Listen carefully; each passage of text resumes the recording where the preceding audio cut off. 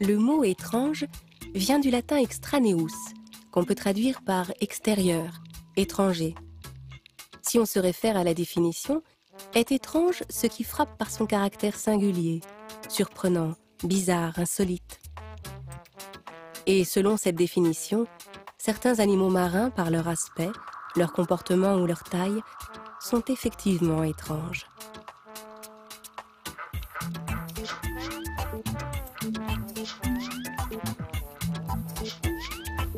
Parmi les plus insolites, il y a ces vies animales à l'allure végétale.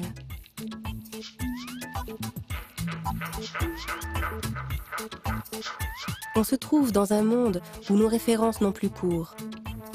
Il faut alors savoir se contenter de regarder et d'admirer.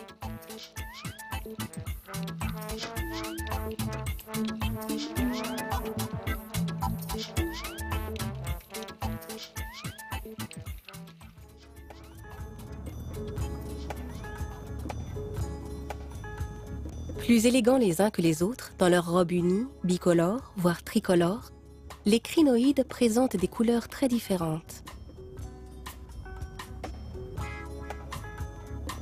Comment les crinoïdes étonnent-ils le plus? Par leur forme, leur manière de se déplacer, ou leur aspect qui peut se traduire parfois par un bras jaune dans un ensemble orange, comme la coloration un peu provocante d'une mèche de cheveux?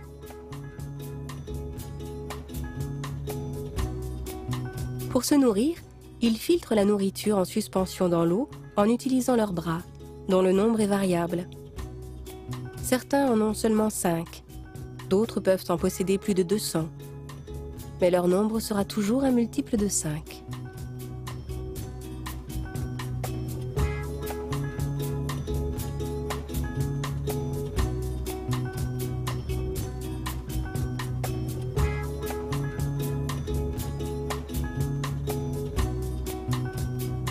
Insolites avec leurs longues et fines pinces, les galatées sont des crustacés marins de petite taille qui vivent dans le crinoïde. La première paire de pattes est démesurément longue, plus longue que le corps lui-même.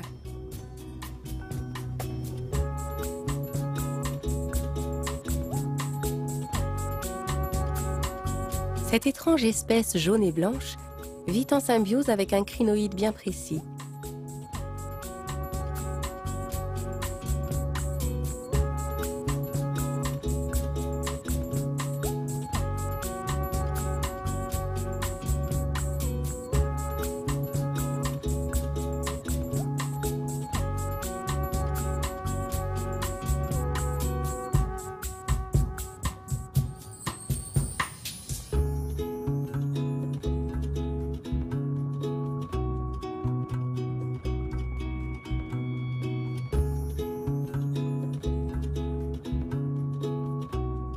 S'il est difficile de surprendre plus que ces galatées, il est possible de faire aussi bien, comme ces gobelins dans la gorgone fouet. À première vue, avec leurs longues tiges, fines comme des lanières de fouet, ces gorgones ne peuvent constituer un bon refuge pour personne. Et pourtant, des gobelins ont transformé cet habitat insolite en niche écologique idéale. Tapis sur les tiges, l'œil aux aguets, ils attendent ces particules qui passent et qui sont la nourriture indispensable à leur survie. Toute cette population lilliputienne vit ainsi entre des bras gigantesques en perpétuel mouvement. Et il y a ces petits crabes inattendus qui balancent leurs éventails comme des épuisettes et travaillent sans relâche.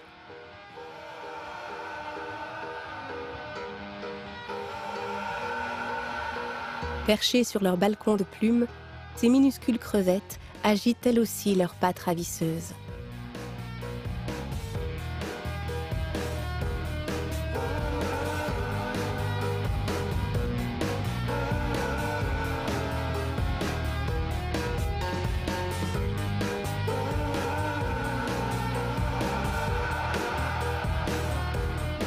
Avec des postures différentes, toutes plus astucieuses les unes que les autres, ces petits organismes tendent vers un même objectif, la capture du plancton.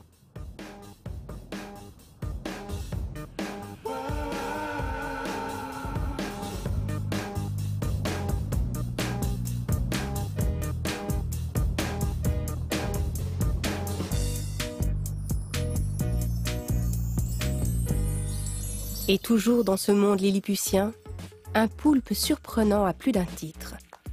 Sa petite taille, bien sûr, mais aussi ses bras longs, fins et disproportionnés, son aspect presque translucide, et enfin sa manière de se déplacer en rampant sur le sol comme une araignée. Quant à sa façon de disparaître en s'enfouissant dans le sable, il n'est pas le seul à procéder de la sorte. Cette crevette extraterrestre aux yeux verts, ou ce poulpe, monté sur chenille comme un véhicule blindé miniature, s'évanouissent dans le sable en quelques secondes.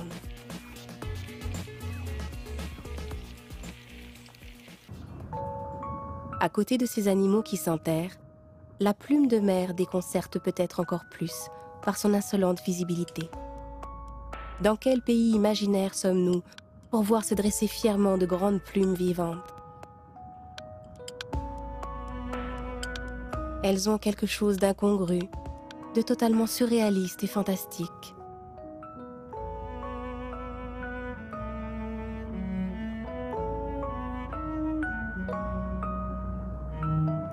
De taille moyenne, jusqu'à 40 cm, elles sont arborescentes, à tendance translucide. Le tronc et les branches sont d'une couleur rougeâtre uniforme. La plume de mer a un endroit et un envers. L'endroit, une face dite ventrale, comporte des polypes, tandis que l'envers, la face dorsale, en est dépourvue. Pour se nourrir, elle déploie ses lames comme une multitude d'ailes, puis les rétracte complètement avec ses captures.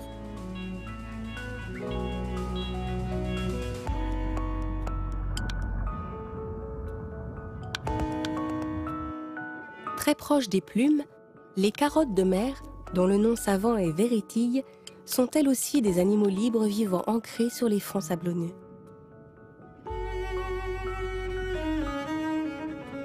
Elles sont constituées d'une colonne centrale gonflée d'eau sur laquelle de grands polypes blanchâtres sont disposés dans toutes les directions pour attraper le plancton.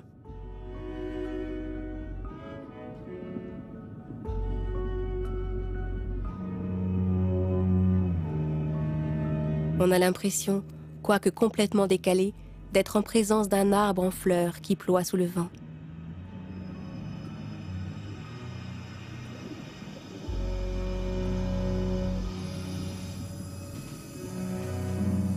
Beaucoup plus petits, mais tout aussi voyants car toujours très colorés, les nudibranches sont étranges à plusieurs points de vue. Tout d'abord, leur aspect. Bien que de petite taille, ils ne passent pas inaperçus car ils sont d'un esthétisme évident. L'un est à petit pois, un autre à franges. Les plus précieux semblent même habillés de dentelles et de verroteries colorées.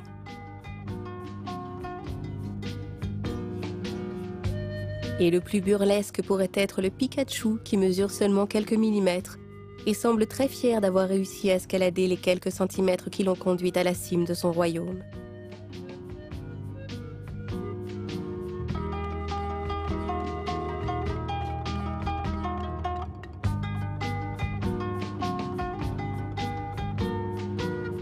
Plutôt sans défense, les nudibranches peuvent se permettre de se promener à découvert, car ils se nourrissent d'éponges toxiques qui les rendent non comestibles.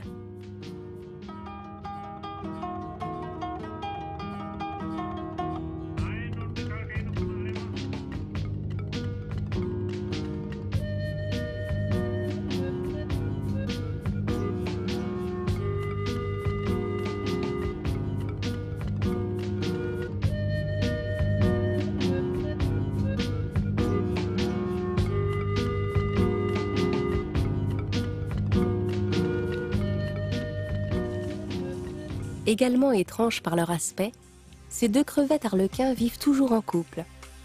La femelle, facilement reconnaissable, est plus grosse que le mâle. Imposantes par leur taille, on a du mal à les associer à la famille des crevettes, surtout quand elles se dandinent lourdement d'un côté et de l'autre, évoquant un robot mécanique.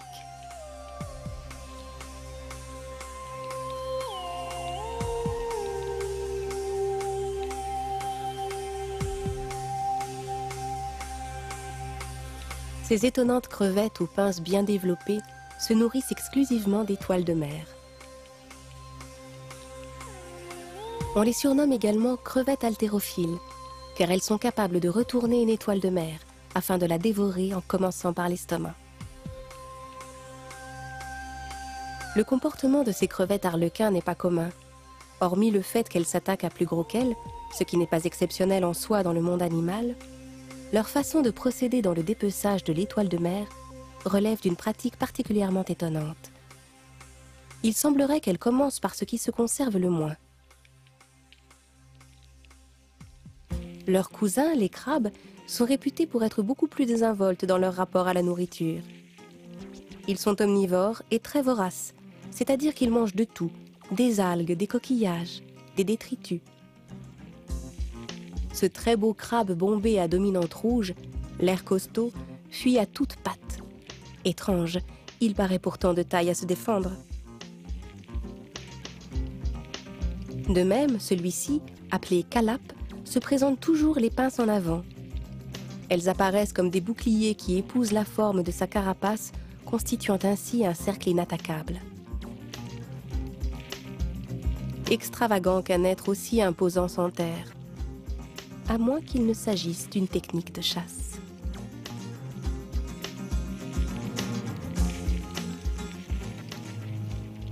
Encore plus étrange, la rascastouine, qui ne ressemble pas du tout à ses cousines, les rascasses volantes. Avec les moustaches du poisson-chat, une nage saccadée et une robe si colorée qu'elle fait penser à un jouet mécanique, la rascastouine prouve qu'il existe des poissons étranges par leur apparence, mais aussi par leur façon de se déplacer.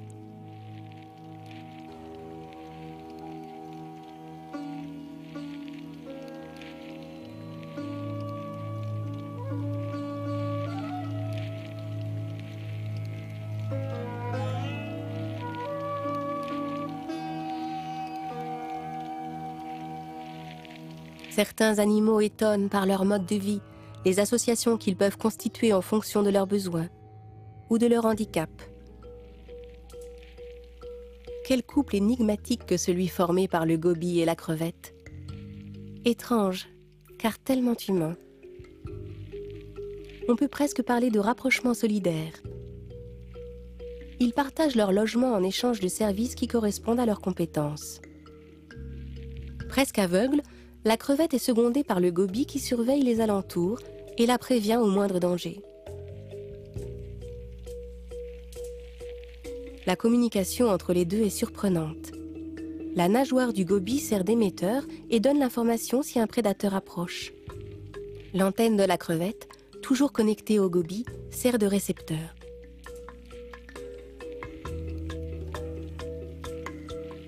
Apeuré par notre présence, le gobie signale par un mouvement de la queue qu'il est impossible pour l'instant de sortir du terrier. Très sagement, la crevette attend que la voie soit libre.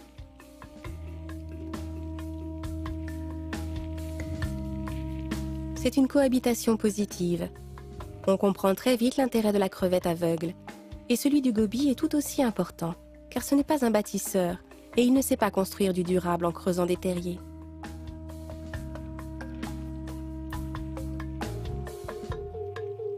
Toujours à l'ouvrage, la crevette est une spécialiste du bâtiment et pratique la colocation de sa maison troglodyte.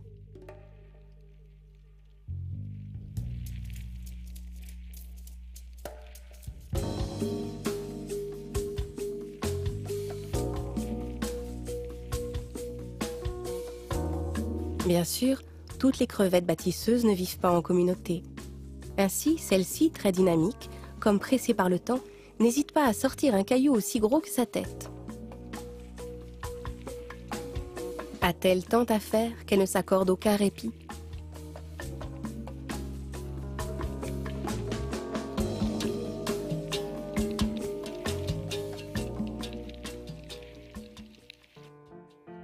Une autre cohabitation tout aussi surprenante, celle de la crevette thor en symbiose avec son anémone.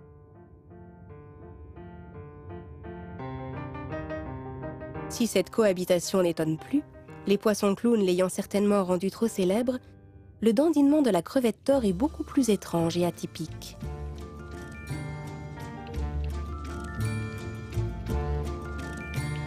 Ce mouvement, assimilé à une danse, lui a d'ailleurs valu le surnom de crevette sexy.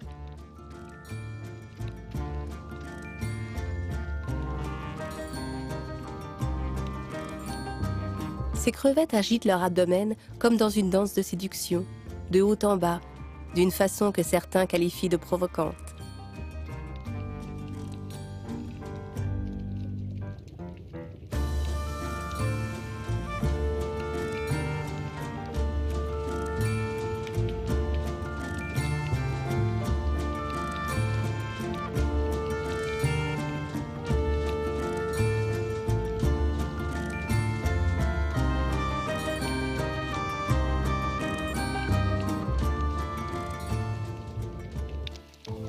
Cette cousine, moins aguichante, adopte presque le même balancement séducteur.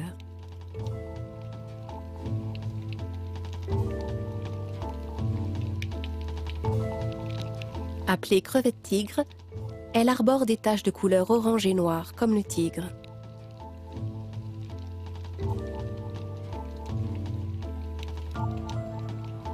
C'est le seul point commun qu'on puisse leur trouver, car on ne peut pas dire que la crevette tigre s'élance comme un éclair sur ses proies. Pour toute nourriture, elle se contente de quelques algues et mange aussi une partie des restes abandonnés par les poissons.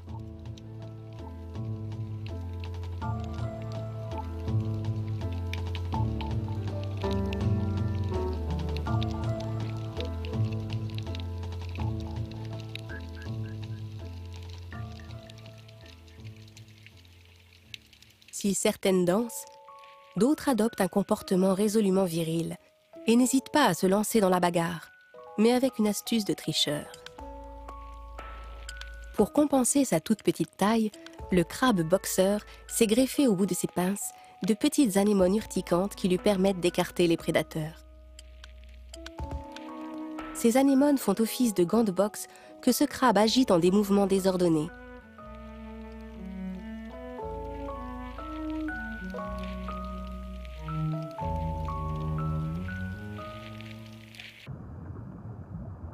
D'autres réussissent encore à intriguer par un comportement rarement observé.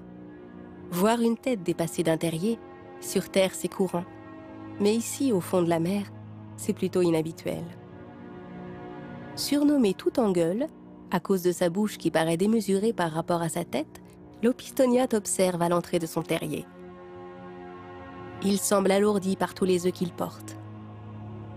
Il fait partie de ces poissons mâles qui incubent les œufs dans leur bouche. Il les aère et les ventile afin de leur assurer un bon développement.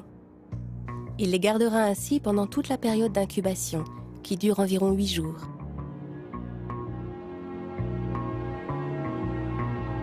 Deux semaines après l'éclosion, les alevins seront capables de creuser à leur tour leur propre tunnel. Impassible malgré notre présence, l'Opistoniate ne semble ni surpris ni apeuré, trop occupé peut-être. Un poisson qui incube des œufs de telle sorte qu'il ne puisse manger, quelle dévotion surprenante. Mais finalement pas plus que cette squillimante qui protège ses œufs entre ses pattes. Elle ne peut dès lors plus chasser et se trouve donc astreinte, elle aussi, à une période de jeûne jusqu'à l'éclosion des œufs.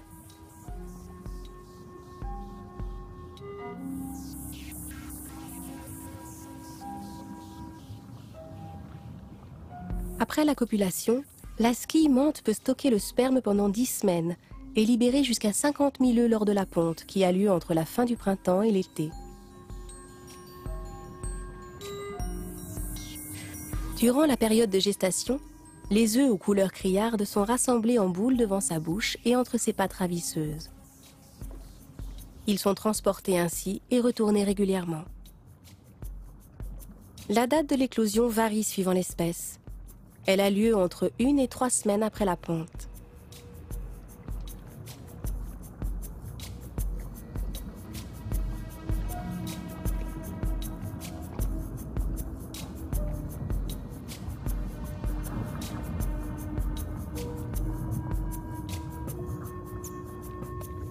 Une fois écloses, les larves se dispersent en pleine eau, au milieu du plancton.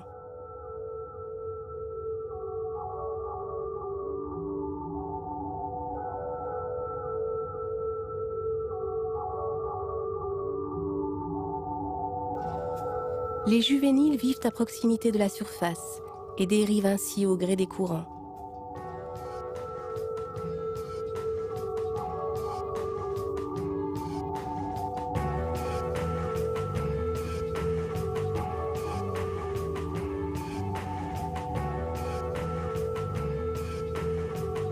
Après 1 an de cette vie planctonique, ils retrouvent le sol et continuent leur croissance.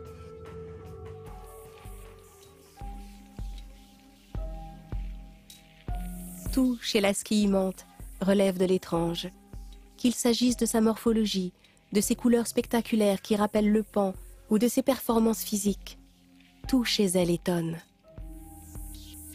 En effet, les skyimanthes ou crevettes-manthes forment un ordre à part chez les crustacés.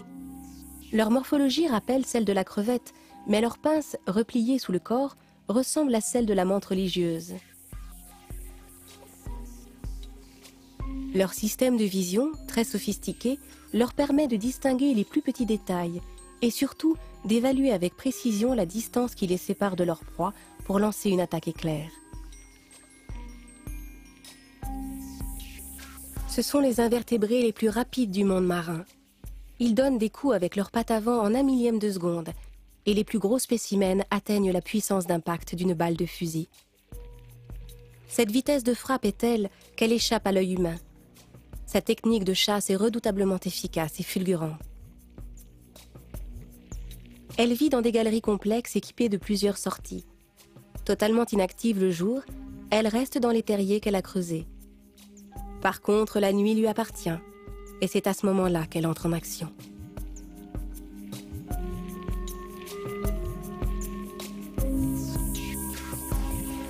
Finalement, en observant le monde marin, on se rend compte que cette notion d'étrangeté est une réflexion humaine qui n'a aucun sens dans le monde animal. Prenons l'exemple de ce petit être qui paraît bien fragile. Ses yeux représentent presque la moitié de son corps. C'est un œil ambulant, un œil déterminant pour la survie. Il vient juste de sortir de son œuf. Un œuf parmi d'autres dans cette grappe d'opaline vivante qui laisse entrevoir ses habitants encore en place, bien à l'abri dans ce nid broussailleux.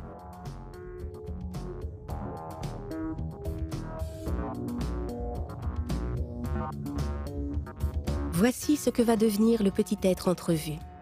Une magnifique sèche Latimanus. Qu'a-t-elle d'étrange? Est-ce son aspect et ses changements de couleur au gré de son humeur? Sa technique de chasse et sa capacité à hypnotiser les poissons?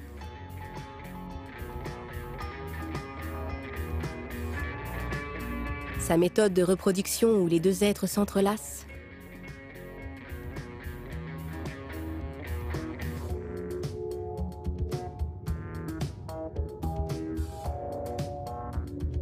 Ou encore sa manière de protéger ses œufs, toujours en les cachant quelque part, comme ici, en les déposant avec beaucoup de précaution au milieu du corail.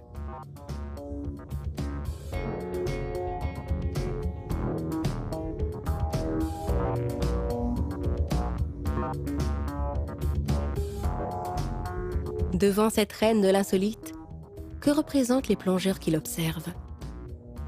Elle semble elle aussi nous regarder avec une telle intensité qu'on peut se poser la question, que représentons-nous pour elle?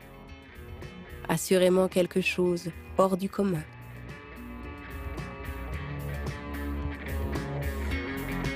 La mer nous réserve encore bien des surprises, et notre curiosité a transformé l'insolite et l'étrange en quelque chose de fantastique et merveilleux.